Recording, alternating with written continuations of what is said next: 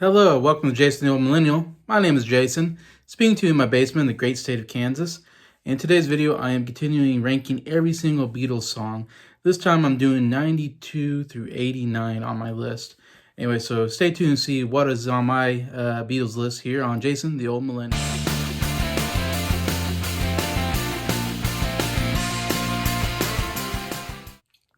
Hello, everybody. Hope everybody's doing well here on a Thursday early evening, late afternoon here. And this video, I'm continuing my ranking of every single Beatles song. I think there's 213 Beatles songs I've been ranking. I'm now in my top 100, doing 92 through 89, covering 4 songs on my list and talking a little bit about them here. So I hope you enjoy hearing some talk of the Beatles. As you see, I'm a big Beatles fan. I got Abbey Road's up there. 3 of my songs are on the Revolver album. In fact, I'm starting to get more into Revolver because I love Revolver so much. A lot of top songs on that. The first song I'm going to talk about, number 92, is off the album with the Beatles, and it's called All I've Got to Do, which maybe is somewhat of a throwaway song or a song that's not thought of very much. I think an underrated song, in my opinion. Is written by Lennon McCartney, mostly by John Lennon. Written in 1961, so I mean, it was really early in their career when they first kind of started getting some traction with EMI and everything, and before they came out with their hit singles like Love Me Do and all that. This is obviously, if you listen to the song, it's pretty obvious this is a written in the style of Smokey Robinson, and they pretty much admitted that. And there's so many songs I've kind of gone over. One thing I've learned is Smokey Robinson is one of the most influential songwriters I think the Beatles covered. Not only covering his songs, but there's so many of the early stuff that they do that is done in the style of Smokey Robinson. So it's pretty cool to hear a lot of these songs and go, yeah, I can kind of see the influence of Smokey Robinson on there. It makes me kind of like Smokey Robinson even more. And I always thought he was a really good songwriter and obviously a very excellent singer of that early period anyways. But yeah, this is definitely one of them.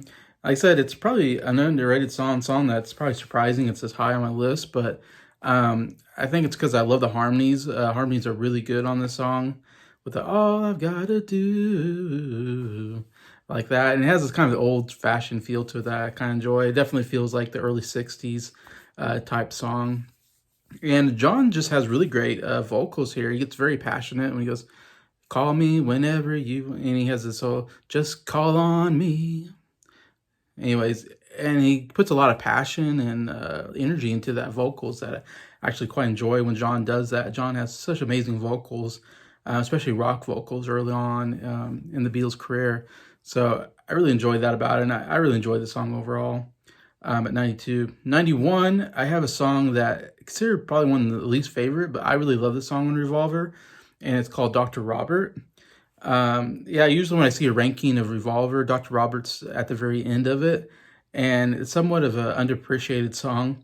I really enjoy the song. I think it's actually I wouldn't say top song Revolver, because Revolver has so many amazing songs, but it's definitely a really good song on there. Of course, Revolver, almost every song is a A+ song. I mean, it's such an amazing album. I love the album so much. Dr. Robert, written by Lennon McCartney, of course. The whole story I've heard is that it's based off of a doctor, Robert, that would put LSD, I think, in he did a lot of experimentation, I think, with LSD, and of course there's this whole story of this guy put LSD in, I think, John and George's coffee, and I'm not sure who else, and without them knowing, I think, and then they tripped out on LSD for the first time, and they had quite a trip out on there. Anyway, so it's kind of referring Dr. Robert as not a real medical doctor, but I think as this drug doctor guy. And if you listen to it, it does have a little bit of a trippy sound to it. Overall, the guitar work is really, really excellent on here. I love it. I love the guitar throughout, and very rocky and a very good rock song. And what really sells it for me, though, is I love the chorus. Like, the chorus is so unique. Way they do the guitar, they kind of slow it down and they do like these one strums that sound, I think I've heard other people say it has almost a Christmas sound to it. It's a weird sound, like bum bum, and he goes, well, well, well, you're feeling fine. I mean, it's such an unusual kind of chorus, but it works so well, the way they feeling fine, the way they kind of do this, step up kind of octave, going up an octave higher kind of thing. I really love it. The way they slow it down for that chorus, and the sound of that guitar, just the one strum. I think they do it like up strums, which gives it a different feel, because usually on a guitar you do down strums, or I mean you do a combination of down and ups, depending on the song. But that's just like up strumming slowly, and it gives a really interesting sound to it that I really like.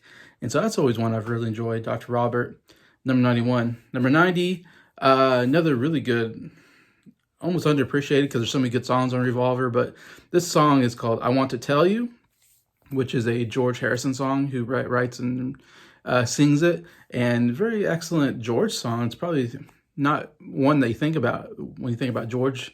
He has so many excellent, of course, songs. This is maybe one that's kind of somewhat forgotten, but is a really good song. Excellent song from George. And he's getting really good at writing. I think Revolver was a great album for George. He had 3, I think, really excellent songs on there, in fact, in my opinion. And then he does even better on Abbey Roads, where he comes up with like the 2 best songs of all time. But and then, of course, White Album comes out with a really great song on there. So it's definitely his songwriting and all that is getting a lot better. You can tell with this album. And it's just a really nice, catchy rock song, I guess is all I can say. Great guitar work. Love George's vocals on it. And yeah, just a really nice song to listen to, that you kind of forget and you go, wow, this is really, you listen to How Revolve and you go, wow, this is a really good song. I forgot about this one. But yeah, definitely a very excellent one. I Want to Tell You at number 90 on my list. Now finishing out my list at number 89 is actually another George Harrison song off of Revolver, in fact. It's called Love You Too, which is another kind of forgotten George Harrison song, one that's probably underappreciated, probably low on the Revolver list ranking, but I really like the song. And another George Harrison writing and singing, and it's just a very unique song. I can't really compare it to anything else, because this is the thing for me is I really do not like George Harrison's Indian kind of sitar era, of music, where he really gets into the sitar. Like, it works okay, like on Norwegian Wood. You put a little sitar in there, it's like, okay, that's an interesting sound. But I really don't like other songs like Within You, Without You. That's one of my least favorite songs. It's really low on my rankings. The Inner Light, I think, is another one. I don't know. He has a lot of these Hindu style songs that he was really getting into, Hindu and the sitar.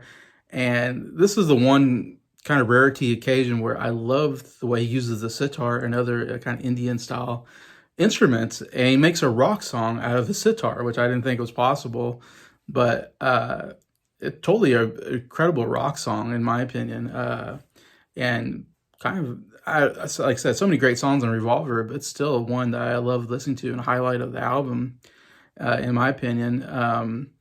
And the thing I love the most is the beginning. It has one of the greatest beginnings, where you have the kind of sitar where it goes bam, bam, bam, bam. Almost feels like he's tuning the sitar or something like that.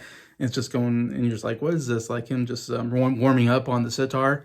And so it's really slow kind of beginning, and then all of a sudden he goes bam, bam, bam, bam, and it goes into this incredible rock song. You're like, oh my gosh, it's I love how it kind of slowly gets you into it, and all of a sudden, bam, hits you with a really loud rock guitar sounding song.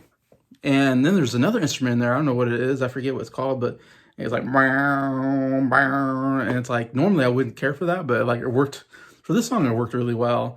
And even the sitar solo is really amazing, and gets you going. It's a really fast-paced song and really works for me anyway. So, and maybe I'm the only one, but yeah, I really love that song. Love You Too. Coming at 89 for me. So those are the 4 songs I'm covering on this video, and next time cover 88 through 85 maybe, or something like that. Yeah. Anyway, so do that hopefully soon, and just comment, what do you think about these 4 songs? Are they high on your list? Are they low on your list? Am I crazy? love to read the comments and what you think about these Beatles songs. And just really thank you to everybody watching the video for liking it. And thank you all to the subscribers for supporting the channel. I really appreciate you all, and I hope you have a good day.